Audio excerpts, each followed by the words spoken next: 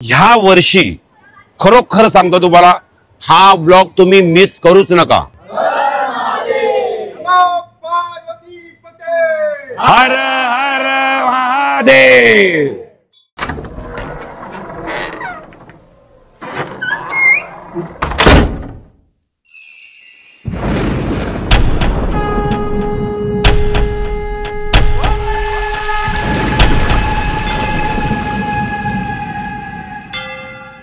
तर मी गणेशला सांगेन, गणेश तिकडून जाऊन हे दाखव काय ते, पण कसं काय हे सगळं सुचतं।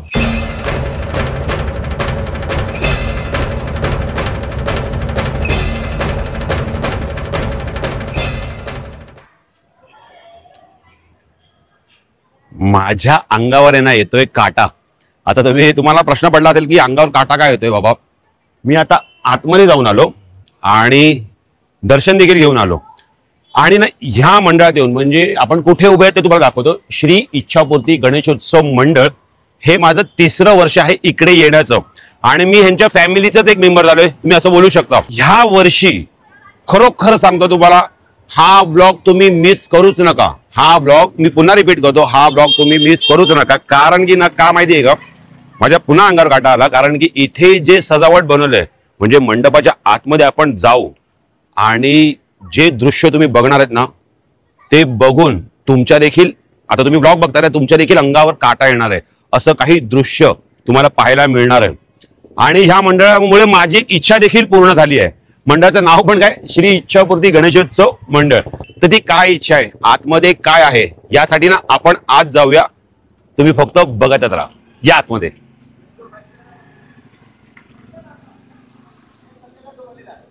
खरोखर ह्या मंडळातल्या मुलांना ना मी इतका मानतो ना, कामावर जाऊन येऊन, म्हणजे कुठलाही डेकोरेटर नाही। ओके, सगळी मुलं कामावर जातात, कामावर आल्यानंतर मंडळामध्ये काम करतात, त्यानंतर वर्गणी सुद्धा काढत नाही। आणि जे त्यांची बिल्डिंग आहे ना, तिथे फक्त बोर्ड लिहितात की जर कोणाला वर्गणी द्यायची तर स्वखुशीने देऊ शकता। कम मेहनतीने लहान मुलांपासून मोठ्यांपर्यंत सगळे त्या कामाला लागलेले असतात। कुठल्या तर त्या सजावटीच्या, गणपती बाप्पाच्या आगमनाच्या, गणपती बाप्पा आपल्या मंडपात 11 दिवस बसतो त्याच्या सेवेसाठी। तर हीच गोष्ट ना मला खूप आवडते, म्हणून मी तुम्हाला म्हणालो की मी देखील ह्या मंडळाचा एक फॅमिली मेंबरच झालेलो आहे।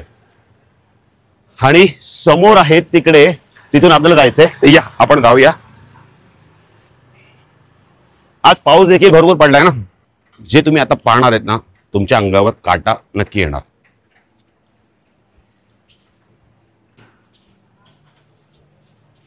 आणि इथे आपले सगळे फॅमिली मेंबर सगळे आपली वाट बघतात आहे। हर हर महादेव, हर हर महादेव। फायनली आपण इथे पोहोचलोय आणि सगळेजण आहेत, हे सर्व फॅमिली मेंबर्स मला माझ्या ब्लॉग मध्ये पाहिजेत। कारण की ही प्रत्येकाची मेहनत आहे, ही ना एका कोटल्या मेंबरची मेहनत आहे, ही प्रत्येकाची मेहनत आहे। या छोट्यापासून ते मोठ्यांपर्यंत या सगळ्यांची मेहनत आहे। मी पण तुमच्या फॅमिलीचा एक मेंबर आहे। ओके, आणि तुम्ही आता बघा, श्री इच्छापूर्ती श्री महाकालेश्वर ज्योतिर्लिंग, म्हणजे तुम्हाला कळलं असेल की आतमध्ये आता काय असणार आहे। आणि मी तुम्हाला म्हणालेलो की माझी एक इच्छा पण इथे पूर्ण झाली, ती म्हणजे कुठली, की मला देखील माझ्या गुरुजींनी सांगितलेलं की एकदा उज्जैनला जाऊ नये।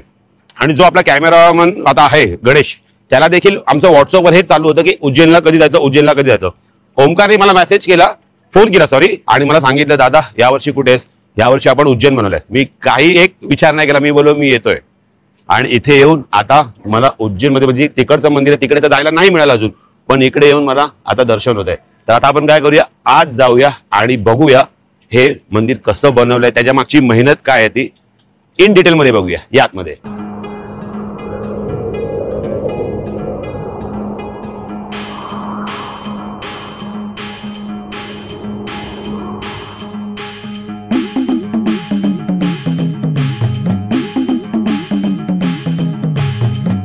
मागच्या वर्षी तुम्ही भेटलात नाही, मागच्या वर्षी काही कारणास्तव मला बाहेर जावं लागलं, त्याच्यामुळे आपली भेट होऊ शकली नाही। पण आमचे बाकीचे मंडळाचे सदस्य इथे होतेच तुमच्याबरोबर। आमचा व्हिडिओ कॉलवर तेव्हा बोलणं पण झालं। पण कसं काय हे सगळं सुचतं, आता मी हे 3रं वर्ष आहे बरोबर, आणि मी फायनली मी इथे आलो बरोबर। तर मला म्हणजे क्वेश्चन पडतो की तुम्हाला दर वेळेला असं क्रिएटिव्ह कसं सुचतं? हे सगळी बाप्पाची कृपा आहे। हे 25वे वर्ष आहे आमचं आणि दरवर्षी काही ना काहीतरी वेगळं करण्याचा प्रयत्न करत असतो की जेणेकरून जे भाविक इथे दर्शनाला येतात त्यांना नुसतं दर्शन नाही, बाकी सगळ्याचा आनंद यावा, की ते खरोखर एका मंदिरात आलेत आणि त्या ठिकाणी पोहोचले तसा आनंद यावा, त्यासाठी आमचा प्रयत्न चालू असतो. सो गेल्या वर्षी जसं आम्ही राम मंदिर बनवलं होतं, तुम्ही तुमच्या ब्लॉग मध्ये शूट मागच्या वर्षी राम मंदिर, त्याच्या आदल्या वर्षी अक्कलकोट. उज्जैनला मी जात असतो तर तिकडे मंदिरात गेल्याच्यानंतर मला असं वाटलं की ह्या वर्षी आपण हे साकारावं आणि तिथे आता गर्भगृहामध्ये प्रवेश दिला जातो. आम्ही असं संकल्पना केली की आपण इथे गर्भगृह निर्माण करू आणि आतमध्ये लोकांना प्रवेश देऊ की लोकांना तो फील आला पाहिजे. हे करण्यासाठी बाकी गुगलवरनं रेफरन्स शोधले की आपण कसं करता येईल, कारण आतमध्ये प्रवेश नसल्यामुळे बाकी ठिकाणी काय फक्त फ्रंट जी बाजू आहे किंवा साईडचं थोडंफार दिसतं, 360 व्ह्यू तिकडे दिसत नाही. मग सगळे रेफरन्स आणि तिकडच्या ओळखीचे लोक असं करून करून करून करून तिकडचे रेफरन्स गोळा केले आणि मग हे दाखवण्याचा प्रयत्न केला. आपण आतमध्ये गेल्यावर हा जो घुमट वगैरे आहे तो सुद्धा बघूच की आपण कसा केला, कारण तो सुद्धा शेप आहे, तिथे काही मंत्र लिहिलेले आहेत, ते सुद्धा आम्ही गुगलवर फाइंड आउट केले की ते एक्झॅक्टली काय आहे. त्यानंतर त्याचा जो शेप आहे घुमटचा तो आहे रुद्र यंत्राचा शेप आहे.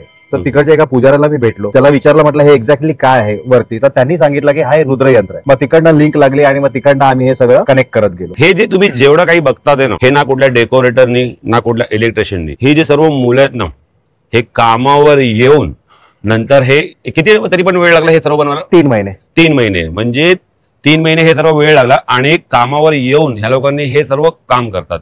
म्हणजे इथे कुठलं डेकोरेटर नाही, कुठला इलेक्ट्रिशियनचं पण काम आपली करतात. आणि मूर्ती जो आहे तो मूर्तिकार आमचा इथे ठरला. मागच्या वेळी तुम्ही एक स्वतः बनवलेली ना मूर्ती? ती रामाची मूर्ती होती. त्याच्या अगोदर स्वामींची मूर्ती सुद्धा आम्ही इथेच बनवली होती.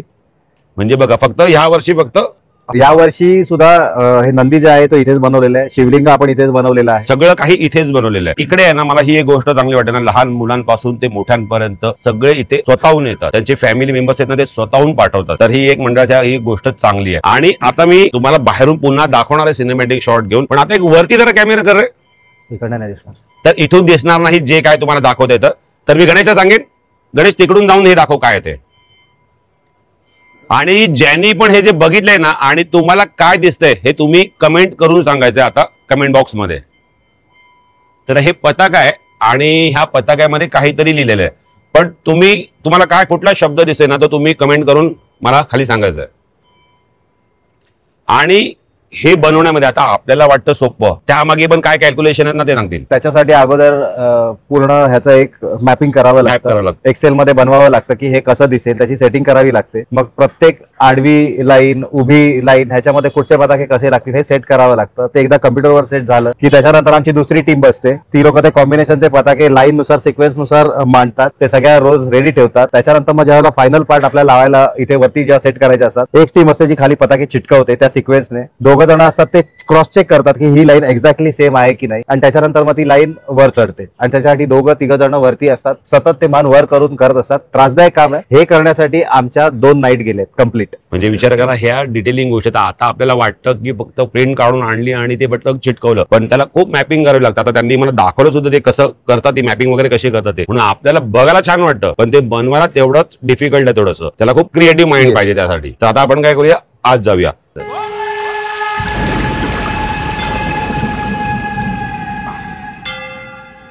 तर आता आपण काय करूया, आज जाऊया, आतला जो गाभारा आहे ना तो बघूया आणि त्याबद्दल पण सांगतील आपल्याला गाभाऱ्याबद्दल. या गाभाऱ्यात जाऊया. सो गाभाऱ्यात प्रवेश करायच्या अगोदर हे जे दरवाजे आहेत, हो हे दरवाजे विसरलो.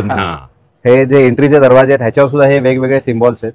नंदी आहे, ओम आहे, स्वस्तिक आहे, त्याच्यात त्रिशूळ आहे, डमरू आहे. हे पण आपण बनवले, हे आपणच बनवले इथे आणि हे तिथे ऍज इट इज आहेत. ओके, तिकडचे दरवाजे असेच आहेत. ओके. आणि ही जी वरची डिझाईन आहे ही सुद्धा तुम्हाला तशीच बघायला मिळेल आणि मध्ये सुद्धा तिकडे गणपती आहे प्रवेशद्वार.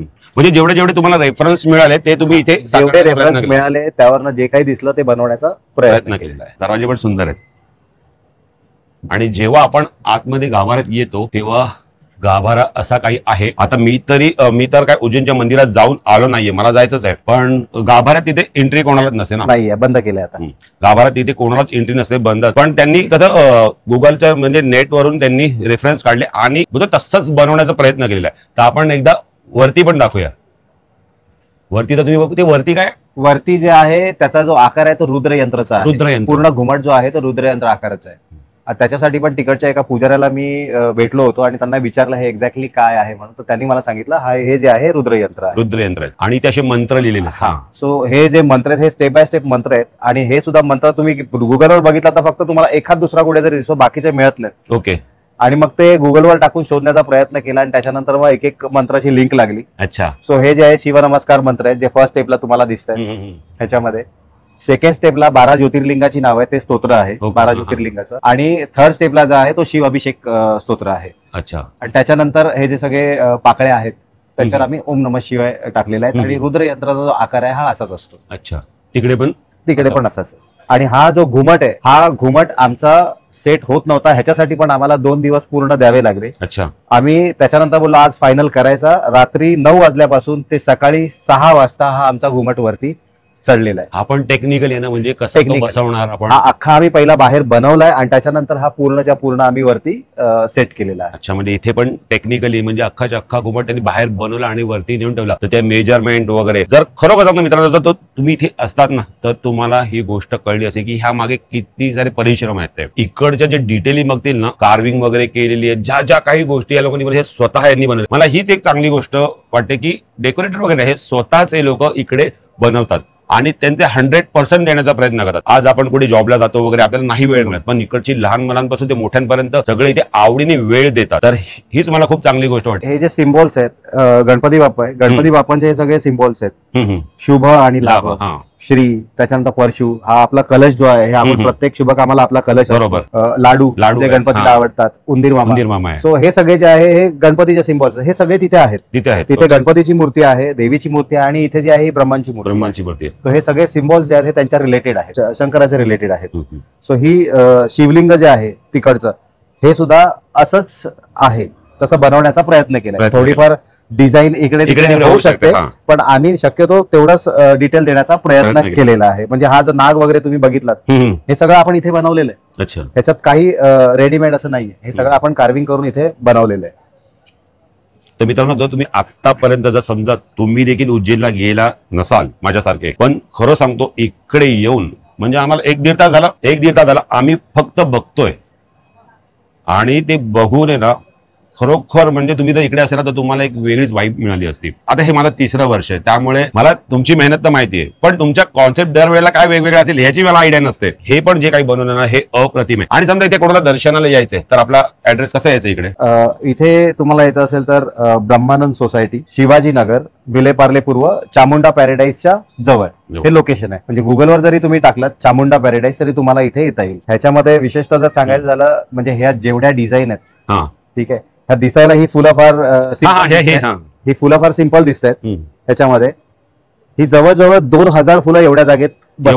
अच्छा. आणि ही सगळी आम्ही कार्विंग केलेली आहेत आणि त्याच्यानंतर याच्यावर आपण लावलेली आहेत. 2000 फुलं आहेत. आणि याच्यासाठी भरपूर मेहनत फक्त मोठ्यांनीच नाही तर आमचे जेवढे छोटे मेंबर सुद्धा आहेत हे सुद्धा आवडीने उत्स्फूर्तपणे याच्यामध्ये भाग घेतात आणि हे सगळं करायला आम्हाला हातभार लावतात.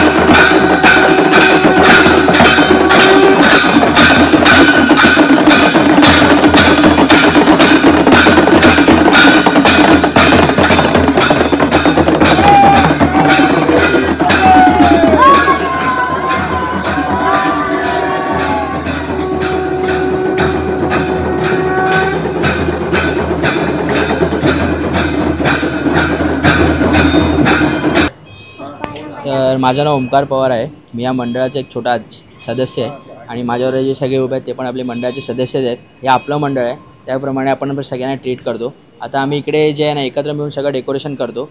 तर आमच्या जे मंडळाचे इंस्टाग्राम आय डी ना ते आहे श्री इच्छापूर्ती मोरया. तिकडे तुम्हाला आपले जे डे टू डे अपडेट असतात ते तुम्हाला तिकडे बघायला भेटेल पेजवरती. आमचे जे दरवर्षी डेकोरेशन आहे, आमचं 25वं वर्ष आहे. आम्ही 25 वर्ष जे डेकोरेशन केले ते तुम्हाला त्या पेजवरती बघायला भेटेल किंवा तुम्हाला जर इकडे यायचं आहे तर तोही ॲड्रेस तुम्हाला तिकडे भेटेल. आता माझ्यावर जे सगळे ते मित्रमंडळी आहेत त्यांच्याशी आपण विचारूया की कसं आपण त्यांनी इकडे काय काय म्हणजे बोलतात ना पार्ट घेतला, कसं सभा केला आहे पूर्ण डेकोरेशन उभं करायला. तर माझ्याबरोबर आता नमस्कार, माझं नाव वेदांत वाळुंज आहे आणि गेली 13 वर्ष मी मंडळासोबत काम करत आहे. आता तुम्ही बघू शकता की आमचं हे जे डेकोरेशन आहे यावर्षीचं हे उज्जैन महाकालेश्वर ज्योतिर्लिंगचं डेकोरेशन आम्ही इथे उभारलेलं आहे. ठीक आहे, तर हे आमचं मंडळाचं 25वं वर्ष आहे आणि आम्ही गेली 25 वर्ष असंच एकत्र म्हणजे मिळून मिसळून राहून मंडळातली मुलंच डेकोरेशन करत असतो. तर मी तुम्हाला सगळ्यांना विनंती करीन, माझी ही कडकडीची विनंती आहे तुम्हाला की तुम्ही नक्की इथे या, भेट द्या, डेकोरेशन बघा आणि दर्शनाचा लाभ घ्यावा. आम्हाला अशी म्हणजे अशी छोटी मोठी कामं, कारण की आता आम्ही लोक लहान आहे तर अशी एकदम मोठी कामं तर नाही, पण छोटी मोठी कामं आम्हाला भेटते तर आम्ही लोक एकदम आवडीने करतो वगैरे. आम्हाला हे सगळे कामं करायला खूप मजा येते. सगळे मिळून एकसाथ येतात, काम करायला खूप मजा येते. मी पण ते छोटं मोठं काम करतो. आम्हाला जे देतात ते आम्ही आवडीने करतो आणि चांगलं करायचा प्रयत्न करतो. आम्हाला काम करायला लय आवडतं, येते मजा येते काम करायला. आमच्याकडनं काय चूक झाली तर आम्ही सुधार करतो, कधी पोरं ओरडत नाही. माझे आई बाबा मला पाठवायचे नाही तरी पण मी यायचो. Very good. पण आता हे थांब, तुझे आई बाबा पाठवायचे ना तरी पण तू यायचा, पण आता येऊन काय करतो ते सांग. येऊन मी आता ते छोटे मोठेच कामं करतो. छोटी मोठीच कामं करतो ना. अच्छा, तुझ्या घरी गणपती आहे. तर आता हे तर आपलं हे थांब, तू बोल. मला मगाशी बोलत होता ना, ते बोलतील. बोल, हसायचं नाही, बोल. कसं वाटलं डेकोरेशन? सगळ्यांना विचार कसं वाटलं डेकोरेशन, कसं वाटलं डेकोरेशन कमेंट करून सांगा. कमेंट करून सांगा. हर हर महादेव. हर हर महादेव. बोल हर हर महादेव. हर हर महादेव. तू बोल. हर हर महादेव. विचार कसं वाटलं डेकोरेशन? छान. तू नाही, त्यांना विचार कसं वाटलं? आम्हाला छान वाटलं. नमो पार्वती पते हर गणपती बाप्पा मोरया, मंगलमूर्ती मोरया.